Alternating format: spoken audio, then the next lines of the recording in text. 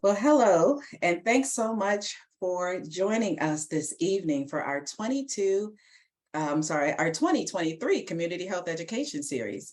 My name is Ivania Covington, and I am the Community Partnership Coordinator for Faith-Based Partnerships and Senior Strategies here in the Social Responsibility Department at Baptist Health. So our topic for March is Caregiver Self-care. We've been waiting a little while to do this one, so we're excited that we're able to do it tonight. We have a special guest speaker who will be introduced in just a moment. But first, I would like to, as always, go over a few housekeeping items and the agenda, which we will be going over the housekeeping items. I will be introducing the speaker, and she will do her presentation, and then we will do Q&A. And we will have some closing announcements after that. So regarding our three housekeeping items, we will be recording tonight's session, so it will be made available to all of the registrants. Secondly, we are tracking attendance. So if you've invited others to view with you who didn't have an opportunity to register, we first say thank you so much for spreading the word about tonight's webinar. And we just ask that you add their names to the chat so that we can document their attendance for our records. And thirdly, we will be monitoring the chat during the presentation. So as it is going on, please feel free to type your questions there and they will be addressed during the Q&A segment. So without further ado, I would like to introduce tonight's speaker, Ms. Rachel Weinstein.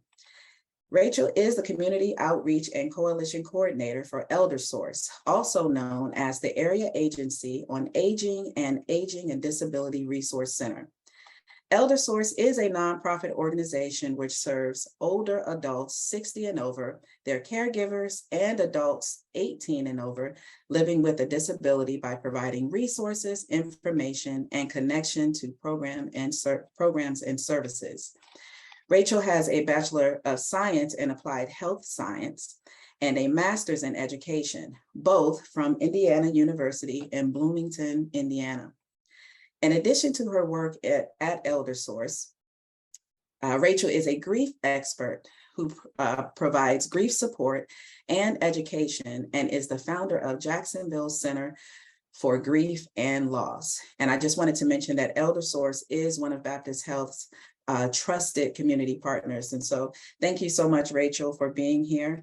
And you can begin your presentation when you're ready. I'm going to stop sharing my screen so you can share yours. Okay.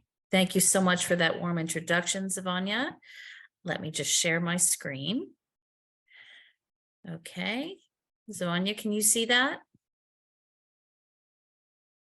Oh, you're muted, but okay, perfect. Thank you very much for the warm introduction. We're going to talk all about ways in which caregivers can also be cared for and why it matters. For ElderSource, I do community outreach. I'm also the coordinator of something called the Caregiver Coalition of Northeast Florida. I'll share a little bit of information about that. But if you don't know who ElderSource is in the community, we exist to meet the needs of elders, caregivers, and adults with disabilities in our community. We are a nonprofit organization funded by the Department of Elder Affairs, the Older Americans Act, as well as through private grants and donations.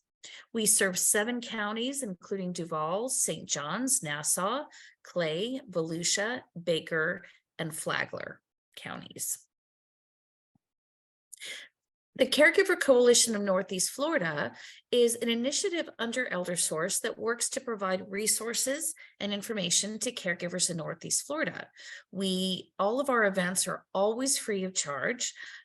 So we do virtual events where we record them much like this one and for dissemination later. We do in-person events. We have a quarterly newsletter. We have social media like our own Facebook page.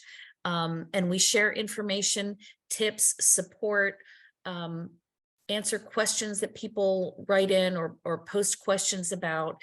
The Caregiver Coalition Northeast Florida is something that's truly supportive for caregivers and absolutely free. So I encourage each of you I'll give you a way at the very end to reach out to me or to log on to the caregivercoalition.org website and sign up for a newsletter and make sure that you're getting notified of our upcoming virtual and in-person events.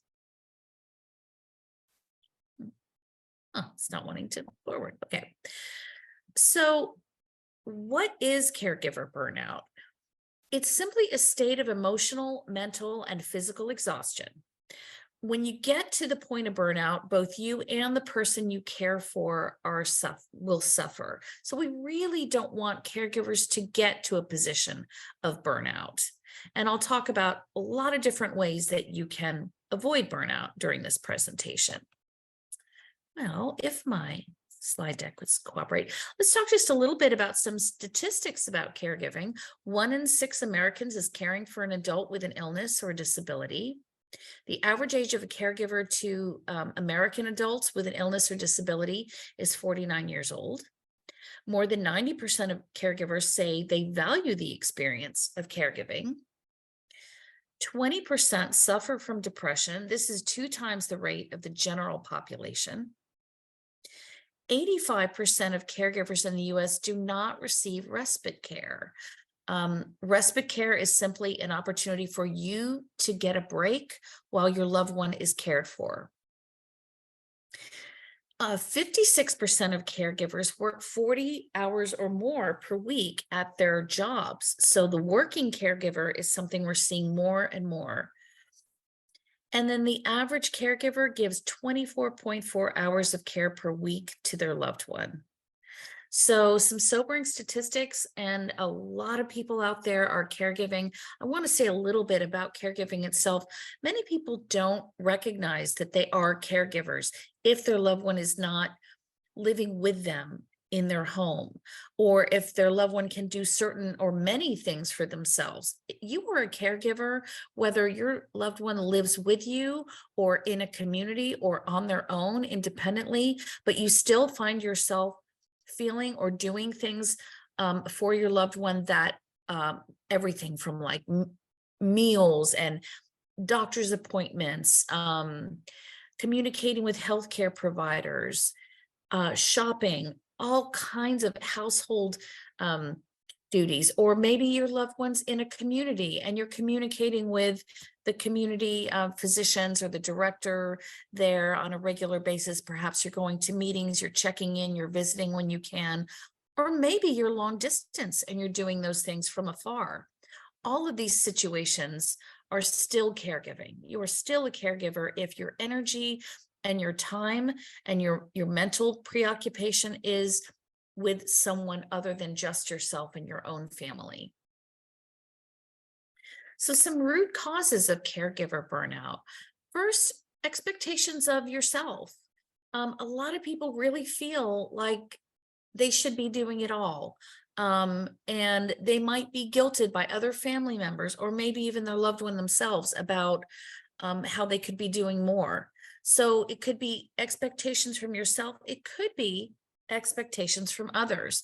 Societal pressure to take care of, particularly as women, I have to say, a lot of women, even when they have male siblings and they're the younger ones or the youngest ones, the caregiving duties typically go to, not always, but statistically, most often go to the females in the family. So often expectation from others can set us up for caregiver burnout.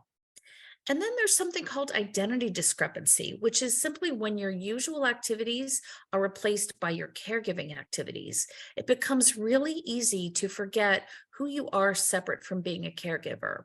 Perhaps your relationship with your spouse has changed because you now are doing caregiving duties versus being an equal partner. And so that relationship transforms. And you can start to lose your identity as a spouse, as a partner, when many of your activities might be more in terms of, caretaking, maybe taking over. So that's what identity discrepancy is. And all of these things, expectations of yourself, from others, and identity discrepancy are root causes of caregiver burnout.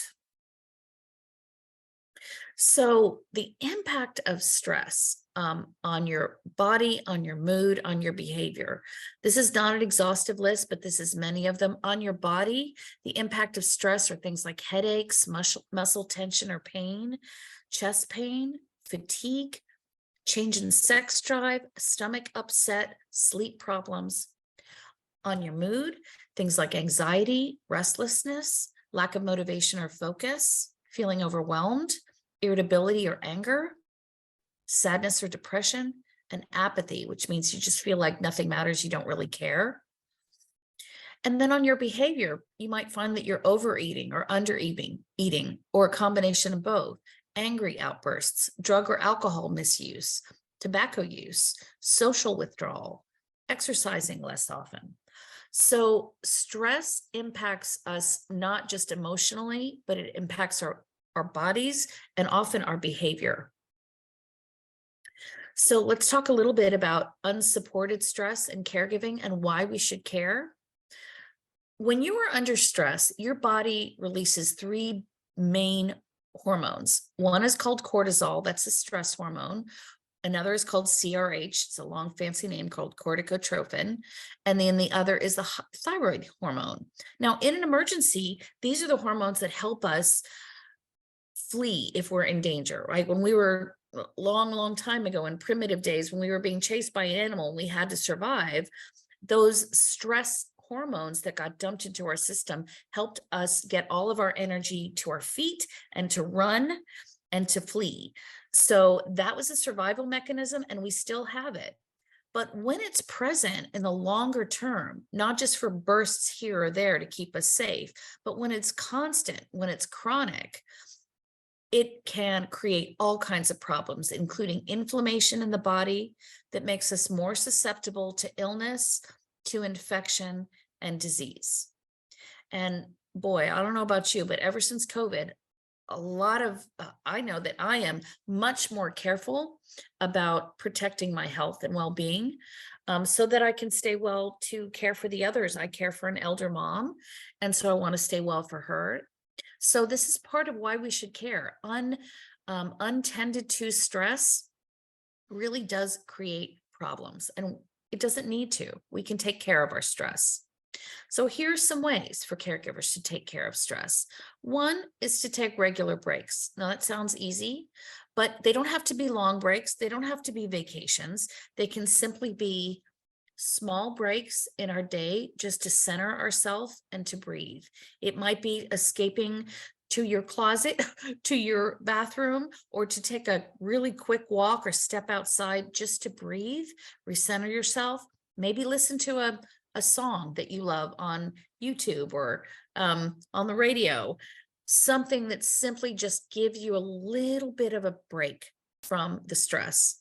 The other is to nourish your mental and physical health. That means taking care of yourself by what you're eating, making sure you're getting some nutrition that actually supports your body through stress and not just empty calories or junk food.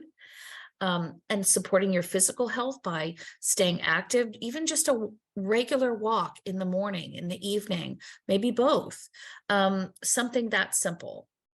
Staying socially connected is often really important.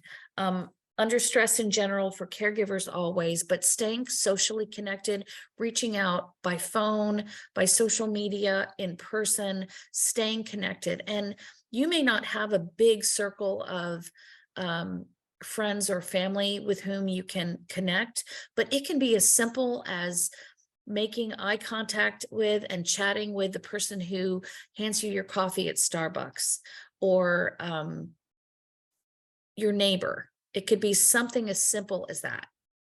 And then lastly, asking for and accepting help. We all need it. Even though I'm a grief counselor, I can tell you that when stress is on, in my world, when I encounter a loss or when I'm really stressed, I do all of these things. I ask for help. I reach out to friends. I do my best to nourish my mental and physical health. And I really try to take regular breaks. So I really do try to live what I talk about all the time. And I encourage you to do so as well. Some caregiver programs that are available through ElderSource. We have some great ones, and please keep in mind, these are all free of charge. So move this away. So the virtual support group that ElderSource offers gives caregivers a safe place to share information, ask questions, voice personal feelings and stories. This is all online, so that's what virtual means. Makes it possible for caregivers to connect face-to-face in real time using today's technology. It's a perfect fit for a caregiver who has a limited schedule or may not be able to physically leave their loved one, but still wishes to connect with other caregivers for support. And it's accessible through your smartphone, your laptop, if you have an iPad or a desktop computer. Sessions are 60 to 90 minutes, and you choose between either every Wednesday at 1 or every Thursday at 6 p.m. And if this sounds interesting to you, a virtual support group, send an email to caregiversupport@myeldersource.org, or at the end, I'll give you a number to call. You can reach me and I can help. Lots of different ways to connect with this group.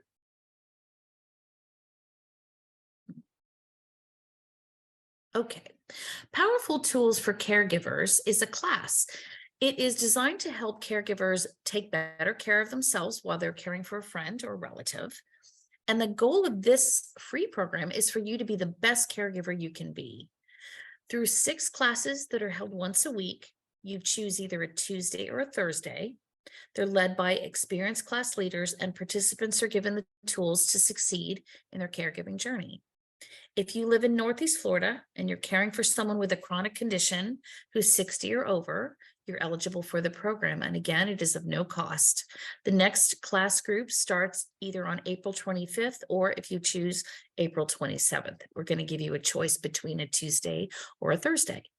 And for more information, you'll simply call 904-391-6690. Oops. Oh, let me see.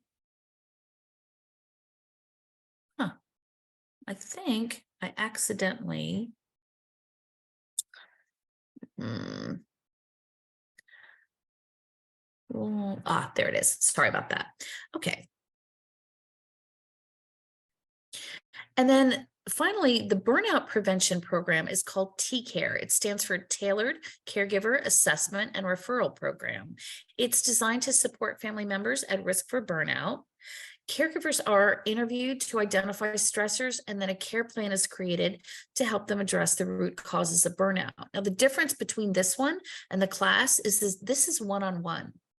So you're going to work with a specialist who can help you one-on-one. They're going to help you prevent caregiver burnout by reducing your stress, finding strategies, and reducing the root causes of caregiver burnout that we talked about. We're going to create a plan for you that offers support and improves your effectiveness as a caregiver. We're going to connect you to resources that best meet your needs. And this is a program that promotes aging in place, and it might delay nursing home placement for your loved one. If you're taking care of yourself, you're better able to be there and support your loved one. You may have renewed vitality, renewed energy, thinking more clearly, sleeping better. All of these things really matter in the care that you're giving to someone else.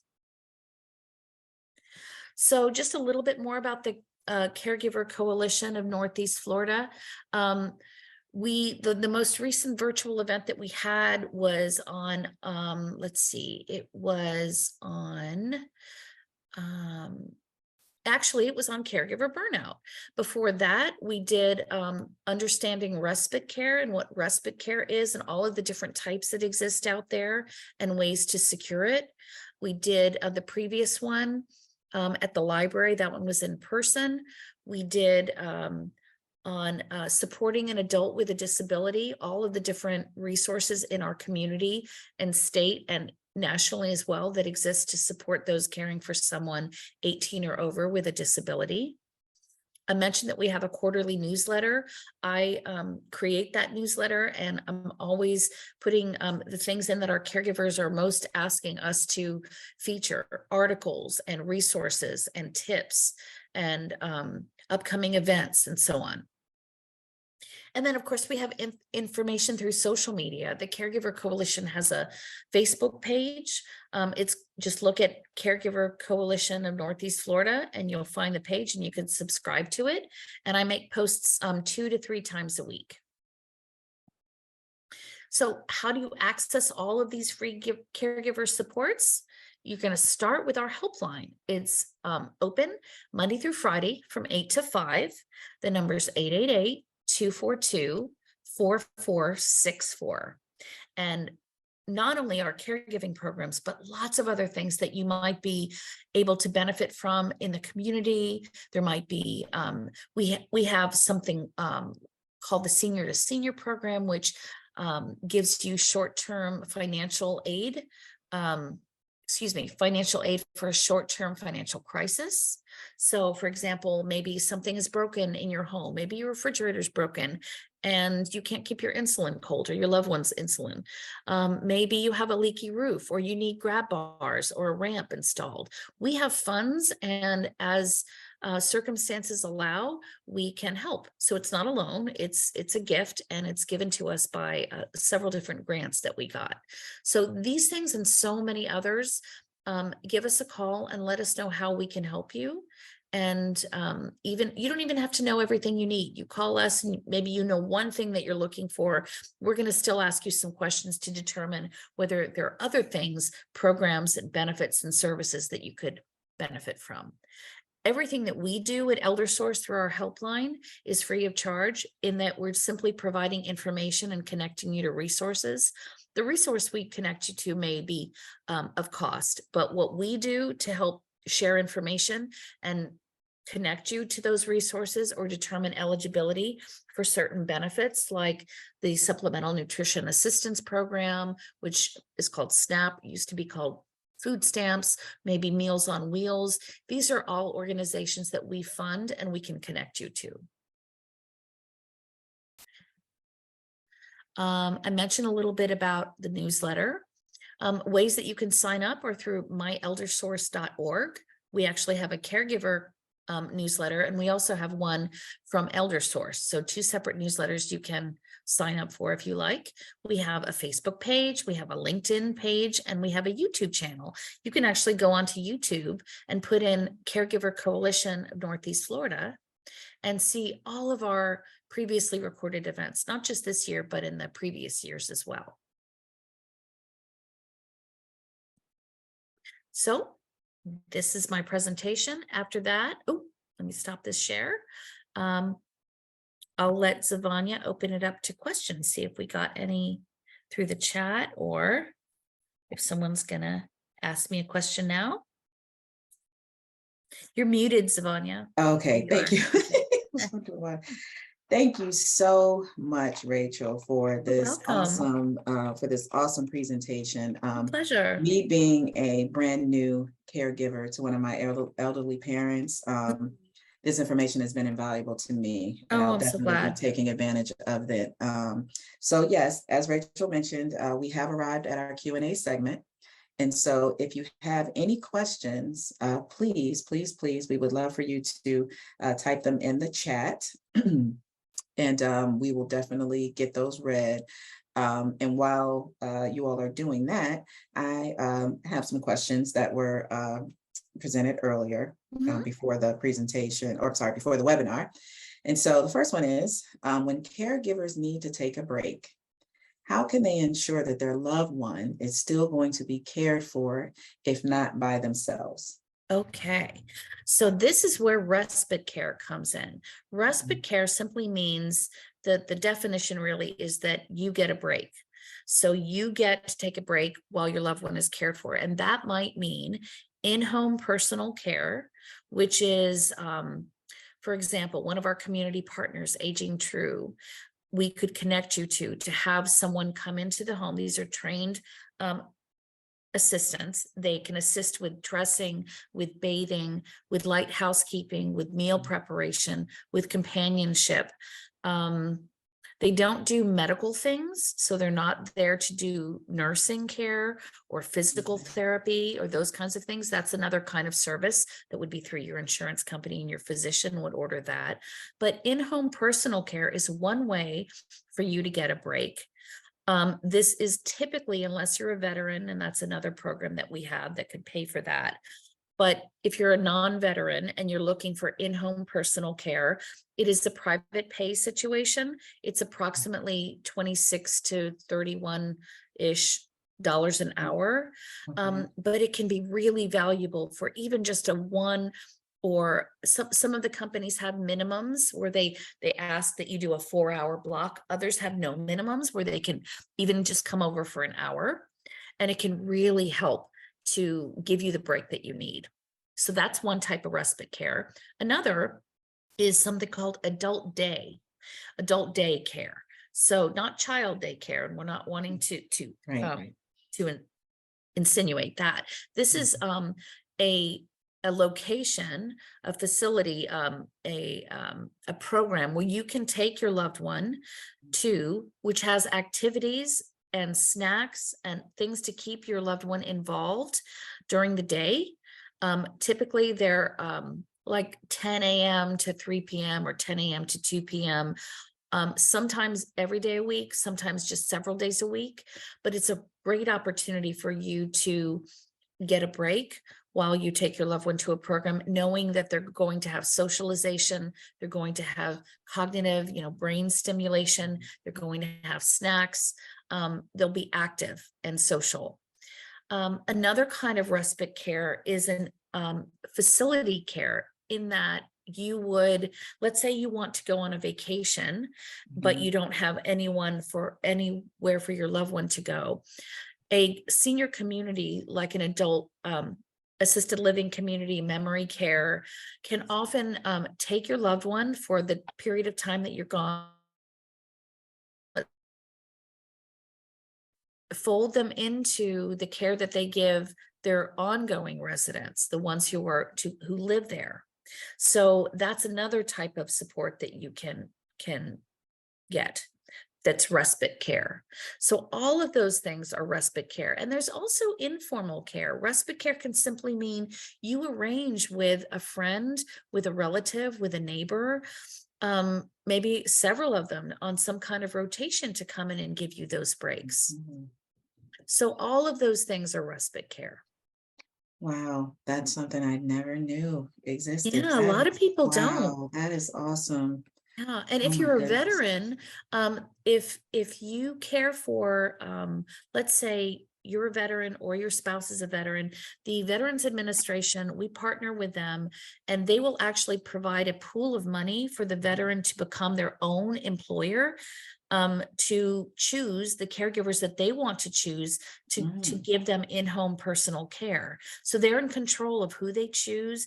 They get to pay them. That person might even be their spouse or their adult child who's been taking unpaid time off from work to do this. Now they can pay them to do this.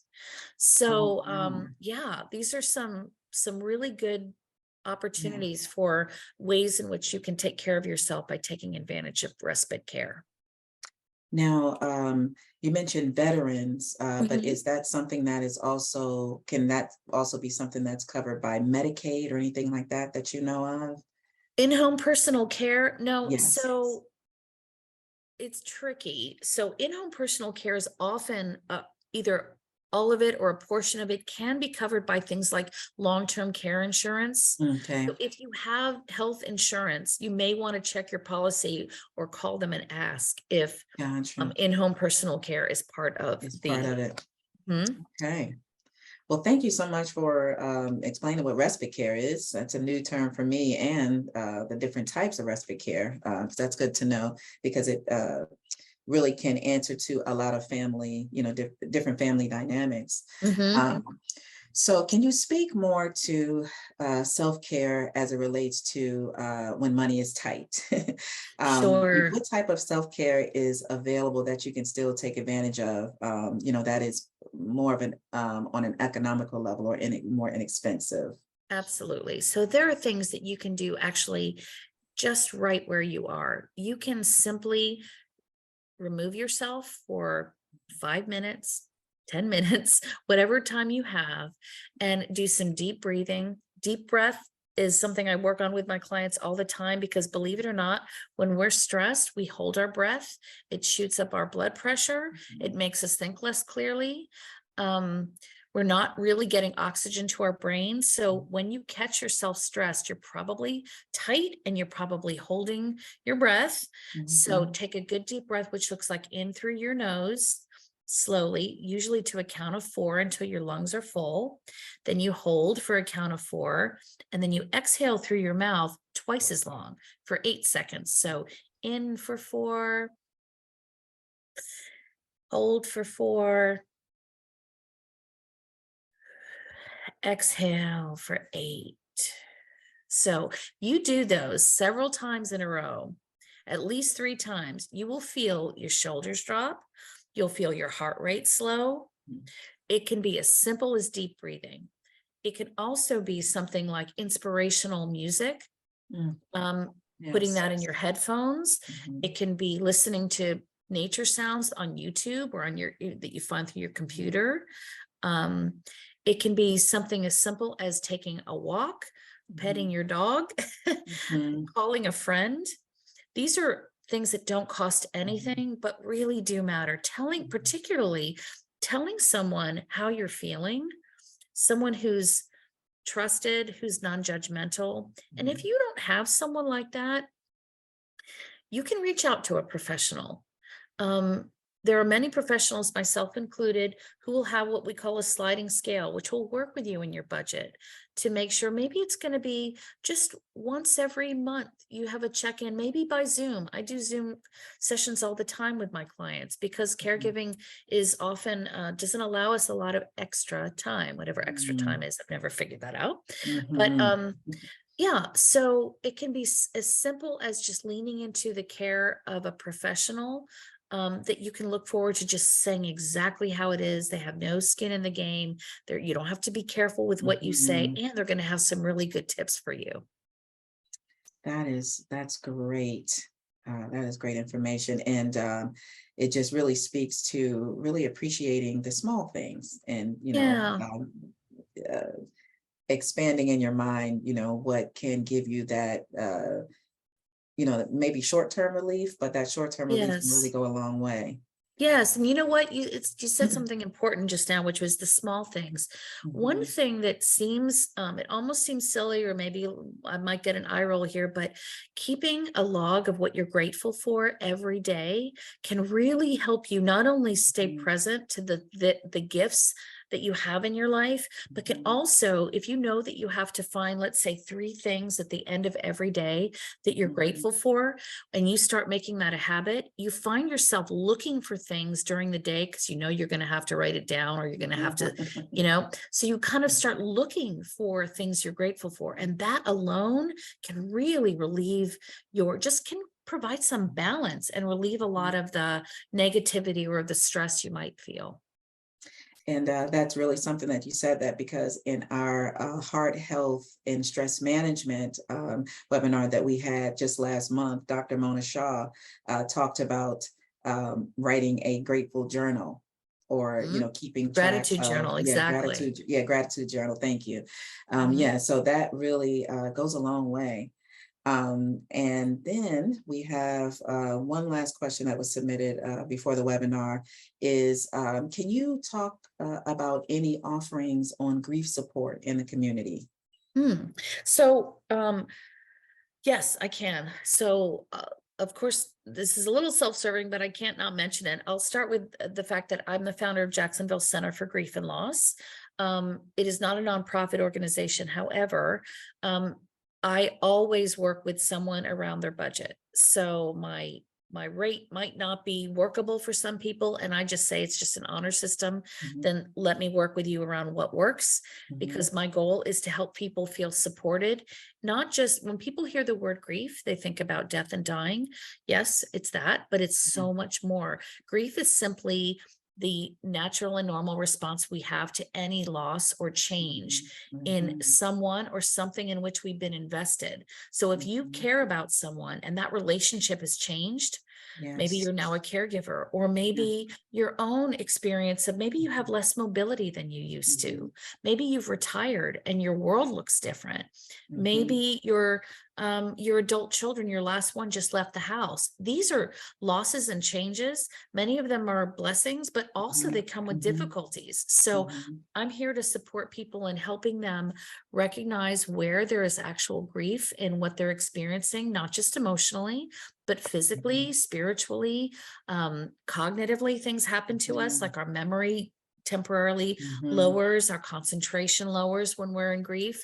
Helping people understand that, nope, they're not crazy. This is the grief experience. And then most importantly, giving people really practical ways to cope with those things until their experience shifts.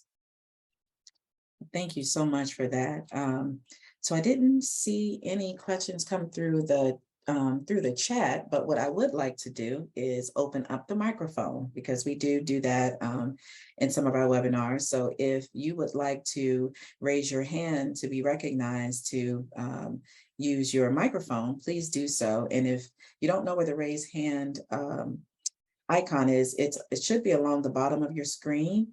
And it has a hand like that and has raised hand underneath. So I'll give maybe like 15 seconds for anyone who would like to speak on the microphone to ask your question directly to Rachel. You can do that at this I'll time. mention, because I forgot to mention, that if someone does want grief support, if you or someone that you know wants grief support, my website is easy. It's Jax, JAX grief, GRIEF, as in Frank.com. Okay. Or you can reach out to me. I think, did I put my phone number on there at the end? I don't even know. If not, I will make sure that, that Okay. your information Sure. is, I usually send it out the next day.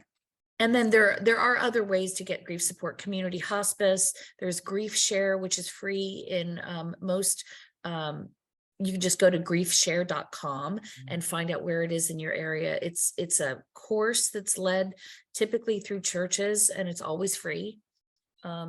So lots of opportunities for grief support.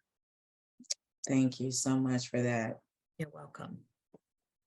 Okay, again, wanted to give anybody any opportunities. Yeah, it's a quiet group today. I guess your presentation was so thorough. Oh, well, questions. I'd love to think so. Wanted to give maybe 10 more seconds if anyone wants to raise their hand or just unmute yourself. Quiet group. Everybody's making dinner in the background. Okay, Miss Crowder, Ann Crowder. So if you want to unmute yourself, you can. Oh, yeah. I have a question on the caregiver support for those with disabilities who are over 18. Are they for the person themselves or for the or just for the caregiver? Or is it a combination? Is what exactly for the caregiver themselves or for the person? The support. So the programs that I talked about through Elder Source are for the caregiver. Yes. So hopefully that answers your question. That all of the programs that I talked about are through Elder Source are for the caregivers themselves. Okay. Thank you. You're welcome. Thank you, Ms. Crowder. Thank you. Is there anyone else? All right. Well, of course, as always, there will be some electronic takeaways that will be available. I will send out tomorrow.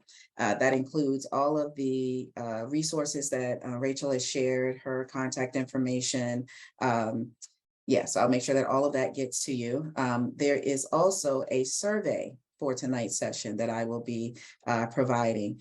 If you could please take a moment to take part in that survey. It is the survey that allowed us to even have this particular webinar, because we read the survey and there were quite a few who wanted to see if there were any caretaker services that were offered in the Northeast Florida area. So This is the reason why we have Rachel here tonight. We ask that you also pre-register to attend our session next month. So next month is Minority Health Month. And so we're going to be focusing on minority women's health. And Dr. Trishella Johnson-Foy, who is with our primary care physicians group, she will be here to share on that. And then if you will just take note of our future sessions that we have through June that are already scheduled. So again, that ends tonight's session. Thank you so much for joining us. And we hope to see you again next month. And please spread the word. Have a good night, everyone.